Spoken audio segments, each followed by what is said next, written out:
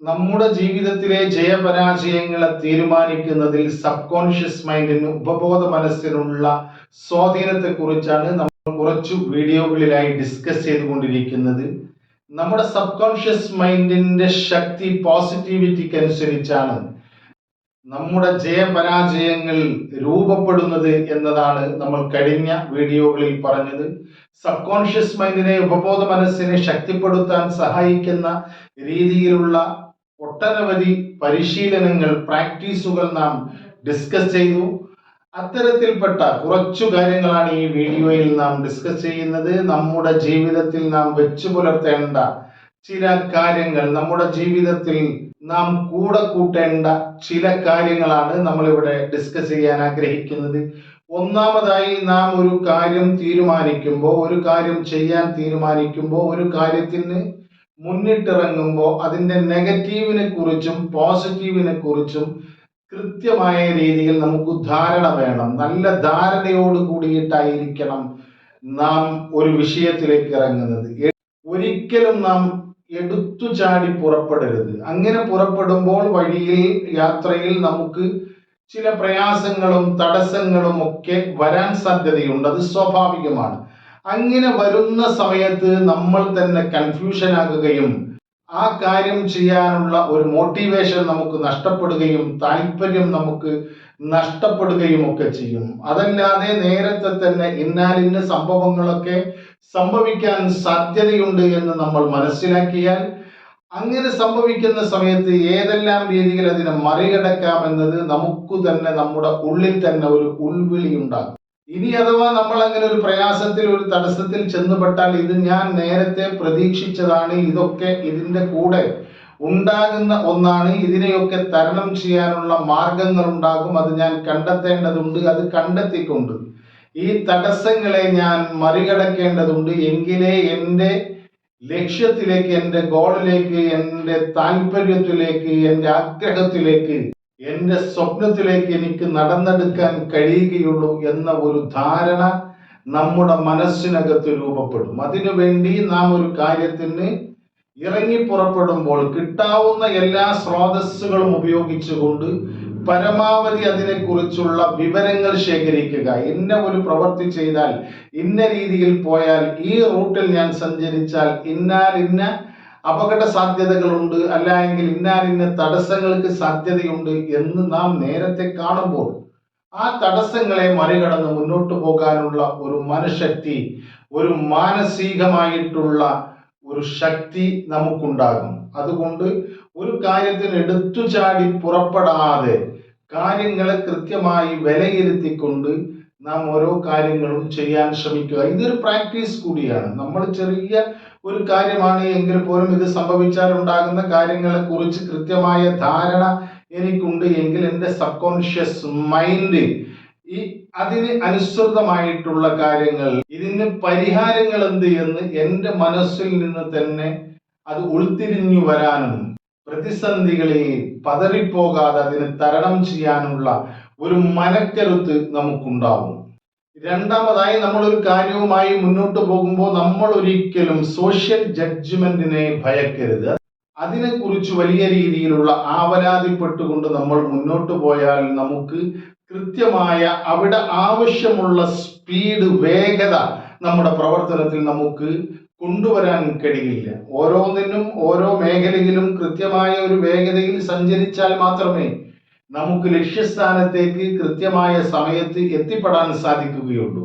ഇങ്ങനെ ഈ സോഷ്യൽ ജഡ്ജ്മെന്റിനെ, മറ്റുള്ളവരെന്നെ കുറിച്ച് എന്ത് പറയും, അല്ല എങ്കിൽ ഞാനിത് ചെയ്യുമ്പോൾ മറ്റുള്ളവർ അതിനോട് ഏത് രീതിയിലായിരിക്കും പ്രതികരിക്കുക, മറ്റുള്ളവരുടെ മാനസികാവസ്ഥ എന്തായിരിക്കും, അവരെന്നെ പരിഹസിക്കുമോ, കളിയാക്കുമോ, എന്നെ മോശക്കാരനായി കാണുമോ, അല്ല എങ്കിൽ ഇൻസൾട്ട് ചെയ്യുമോ തുടങ്ങിയിട്ടുള്ള ഏതെങ്കിലും ചിന്തകൾ നമ്മുടെ മുന്നിലുണ്ട് എങ്കിൽ നമ്മുടെ ലക്ഷ്യസ്ഥാനത്തിലേക്കുള്ള യാത്രയിൽ നമുക്ക് കൃത്യമായ വേഗത കാത്തു സൂക്ഷിക്കാൻ കഴിയാതെ എല്ലാ ഭാഗത്തേക്കും ആരെങ്കിലും ഇതൊക്കെ കാണുന്നുണ്ടോ, ഇതൊക്കെ വീക്ഷിക്കുന്നുണ്ടോ, എന്തെങ്കിലും അഭിപ്രായം പറയുന്നുണ്ടോ എന്നതിലേക്ക് നമ്മുടെ ഫോക്കസ് പോകുകയും ലക്ഷ്യത്തിലേക്ക് എത്തിപ്പെടാനുള്ള ആവശ്യമായിട്ടുള്ള വേഗത നമുക്ക് കൊണ്ടുവരാൻ കഴിയാതെ വരും.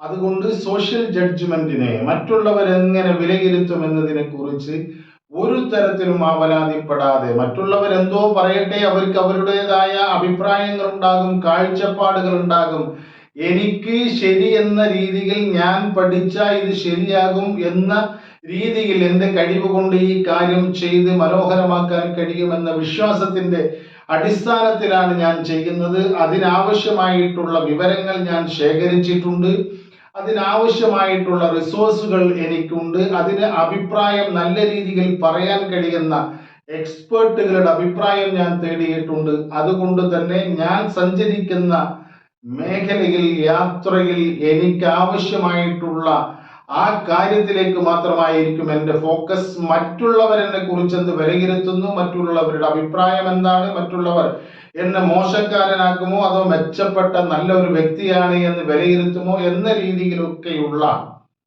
ചിന്തകളെ നാം മാറ്റിവെക്കുക. അതുപോലെ തന്നെ പ്രധാനമുള്ള ഒന്നാണ് മറ്റുള്ളവരുമായി കമ്പയർ ചെയ്യരുത്. ഇനി നമ്മൾ സഞ്ചരിക്കുന്ന അതേ റൂട്ടിൽ, അതേ വാഹനത്തിൽ, അതേ രീതിയിലാണ് മറ്റൊരാളും നമ്മുടെ കൂടെ പോരുന്നത്. ചിലപ്പോ സാഹചര്യങ്ങളെ കൊണ്ട്, ഏതെങ്കിലും ഒരു കാരണം കൊണ്ട് ഒരുപക്ഷെ അദ്ദേഹം നമ്മുടെ പിറകിലാകാം, അല്ല എങ്കിൽ മുന്നിലാകാം. പക്ഷെ അദ്ദേഹവുമായി കമ്പയർ ചെയ്യുക, മറ്റുള്ളവരുമായി നമ്മുടെ ജീവിതത്തെ കമ്പയർ ചെയ്യുക, താരതമ്യപ്പെടുത്തുക എന്നത് ഒരിക്കലും നാം ചെയ്യാൻ പാടില്ല.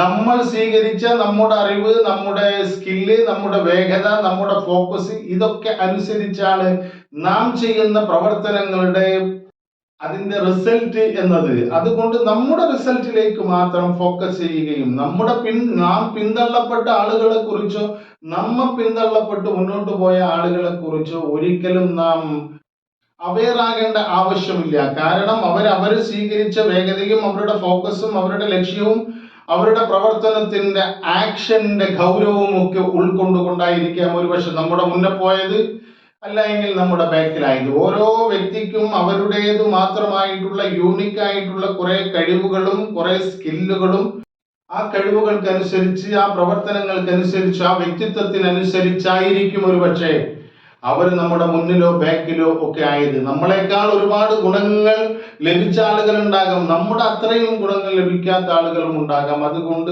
ഒരാളുമായി നമ്മെ കമ്പയർ ചെയ്യരുത്. കാരണം നമ്മൾ യൂണിക്കാണ്, നമ്മുടെ കഴിവുകൾ വ്യത്യസ്തമാണ്, നമ്മുടെ അറിവുകൾ വ്യത്യസ്തമാണ്, നമ്മുടെ എക്സ്പീരിയൻസ് വ്യത്യസ്തമാണ്, ഒരുപക്ഷെ നമ്മുടെ ലക്ഷ്യവും വ്യത്യസ്തമായിരിക്കാം. അതുകൊണ്ട് ആരുമായിട്ടും നമ്മളെ കമ്പയർ ചെയ്യാതിരിക്കുക.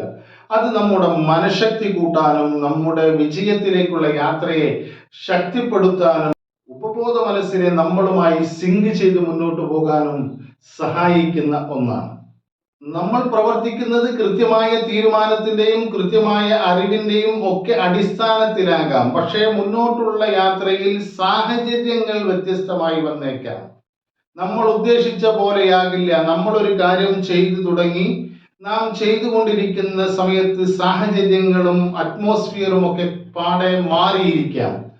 ആ സമയത്ത് നമ്മുടെ പ്രയോറിറ്റിയെ ഒന്ന് ഷിഫ്റ്റ് ചെയ്യാനും സാഹചര്യങ്ങൾക്കനുസരിച്ച് നമ്മുടെ പ്രയോറിറ്റിയെ മാറ്റാനും ഒക്കെയുള്ള ഒരു അഡാപ്റ്റബിലിറ്റി നമ്മളിൽ കൊണ്ടുവരണം.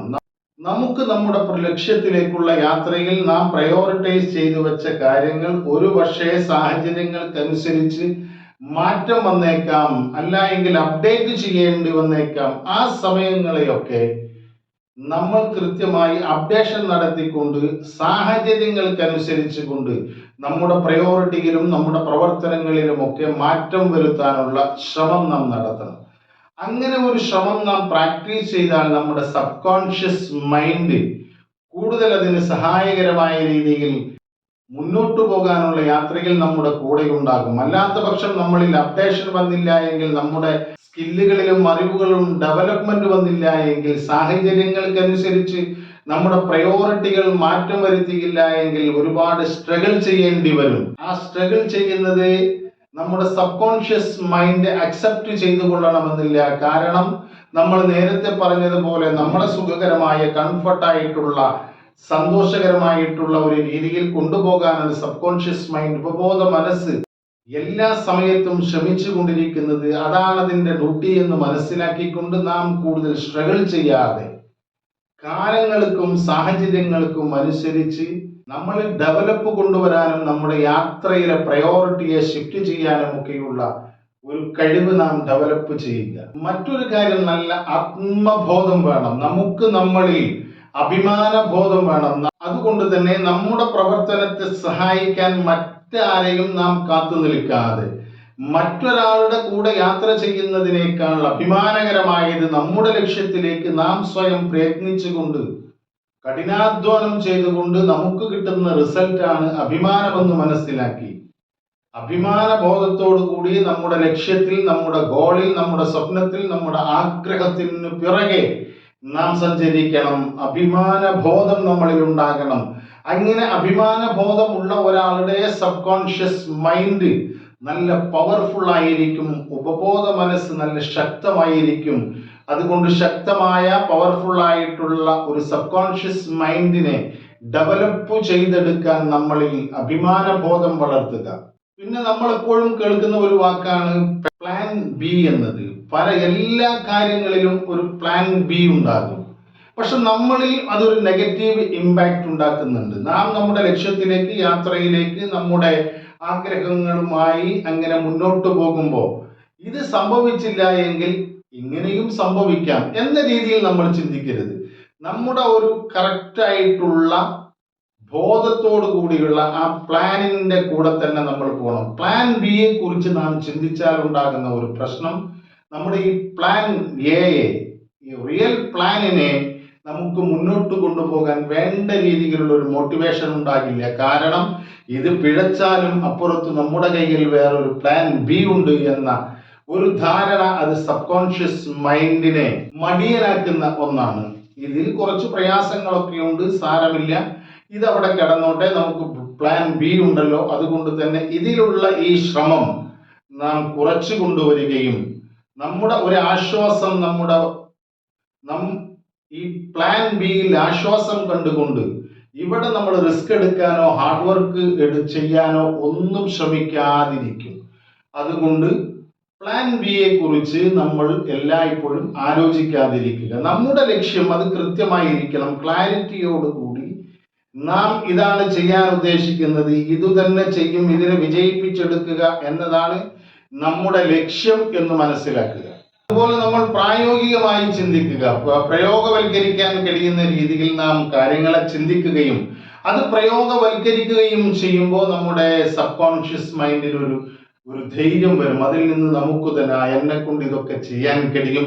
ചെറിയ ചെറിയ അച്ചീവ്മെന്റുകളൊക്കെ സംഭവിച്ചാൽ നാം അതിനെ ആഘോഷമാക്കുകയും അത് നമുക്ക് ഒരുപാട് സന്തോഷം നൽകിയിട്ടുണ്ട് എന്ന് നാം സ്വയം നമ്മുടെ സബ് കോൺഷ്യസ് മൈൻഡിനെ ബോധ്യപ്പെടുത്തുകയും ചെയ്യുക. അതുകൊണ്ട് തന്നെ ചെറിയ ചെറിയ അച്ചീവ്മെന്റുകളാണ് എങ്കിൽ പോലും അതിനെ അത്യാഹ്ലാദപൂർവ്വം നമ്മളെങ്കിലും ആഹ്ലാദത്തോടെ, മറ്റാരും നമ്മൾ അപ്രിഷിയേറ്റ് ചെയ്യണമെന്നില്ല, മറ്റാരും നമ്മൾ അഭിനന്ദിക്കണമെന്നില്ല, അല്ലെങ്കിൽ നമ്മുടെ ആഘോഷത്തിൽ പങ്കുചേരണമെന്നൊന്നുമില്ല. കാരണം ചെറിയ വിഷയമാണല്ലോ. ആ ചെറിയ വിഷയത്തെ പോലും നമ്മൾ ആഘോഷമാക്കുകയും അതിനെ ഒരു വലിയ അച്ചീവ്മെന്റ് ആയി കാണുകയും ചെയ്താൽ നമ്മുടെ സബ് കോൺഷ്യസ് മൈൻഡ് അതിനെ അക്സെപ്റ്റ് ചെയ്യുകയും നമ്മൾ അതിനൊക്കെ പോകുന്ന ഒരാളാണ് എന്ന ഒരു ബോധ്യം, കാര്യങ്ങൾ തീരുമാനിച്ചാൽ അത് ചെയ്ത് റിസൾട്ട് ഉണ്ടാക്കാൻ കഴിയുന്ന ഒരാളാണ് എന്ന ഒരു ആത്മബോധം നമുക്ക് തന്നെ ഉണ്ടാക്കിയെടുക്കാൻ കഴിയും. ഇത്തരത്തിലുള്ള ചെറിയ ചെറിയ കാര്യങ്ങൾ നാം ഓരോ സ്റ്റെപ്പ് എടുക്കുമ്പോഴും കൃത്യമായ രീതിയിൽ ഈ കാര്യങ്ങളൊക്കെ ഉൾപ്പെടുത്തിക്കൊണ്ട് ഈ പറഞ്ഞ ഒരു സ്ട്രാറ്റജിയിൽ നമ്മൾ മുന്നോട്ട് പോയാൽ നമുക്ക് ശക്തമായിട്ടുള്ള പവർഫുൾ ആയിട്ടുള്ള ഒരു ഉപബോധ മനസ്സിനെ സൃഷ്ടിച്ചെടുക്കാൻ കഴിയും. ഏത് പ്രതിസന്ധിയിലും തളരാതെ നമ്മുടെ ആഗ്രഹങ്ങളെ, നമ്മുടെ സ്വപ്നങ്ങളെ, നമ്മുടെ ലക്ഷ്യങ്ങളെ കരഗതമാക്കാനുള്ള യാത്രയിൽ ഒരേപോലെ മുന്നോട്ട് പോകാനും ആവശ്യമായ സമയങ്ങളിൽ ആവശ്യമായ സ്പീഡോടുകൂടി മുന്നോട്ട് പോകാനും നമുക്ക് സബ് കോൺഷ്യസ് മൈൻഡിന്റെ എല്ലാ അർത്ഥത്തിലുമുള്ള പിന്തുണയും സഹായവും മോട്ടിവേഷനും ലഭിക്കും. അതുകൊണ്ട് നമ്മളൊരു ചെറിയ കാര്യമാണ് എങ്കിൽ പോലും ഈ പറഞ്ഞ പ്രോസസ്സുകളിലൂടെയൊക്കെ ഒന്ന് പ്രാക്ടീസ് എന്ന നിലയിൽ നാം ആദ്യഘട്ടത്തിൽ കുറച്ച് പ്രയാസങ്ങൾ ഉണ്ടായാലും അതിൽ തന്നെ ഉറച്ചു നിന്നുകൊണ്ട് ചെയ്തു തുടങ്ങിയാൽ പിന്നീട് നമുക്കൊരു പവർഫുൾ മെന്റാലിറ്റിയുള്ള നല്ല ഒരു ശക്തമായ സബ് കോൺഷ്യസ് മൈൻഡിന്റെ ഉപബോധ മനസ്സിന്റെ പിന്തുണയുള്ള ഒരു വ്യക്തിയായി മാറാൻ കഴിയും. അതിന് നമുക്കൊക്കെ കഴിയട്ടെ എന്ന് ആഗ്രഹിച്ചുകൊണ്ട് ഇതുപോലെയുള്ള പോസിറ്റീവായിട്ടുള്ള ജീവിത വിജയത്തെ മെച്ചപ്പെടുത്തിയെടുക്കാൻ കഴിയുന്ന രീതിയിലുള്ള, ജീവിതത്തിൽ മാറ്റം വരുത്താൻ കഴിയുന്ന രീതിയിലുള്ള, ജീവിതത്തെ മെച്ചപ്പെടുത്തിയെടുക്കാൻ കഴിയുന്ന രീതിയിലുള്ള പോസിറ്റീവായ മറ്റൊരു വിഷയവുമായി വീണ്ടും കാണുന്നത് വരെ നന്ദി, നമസ്കാരം.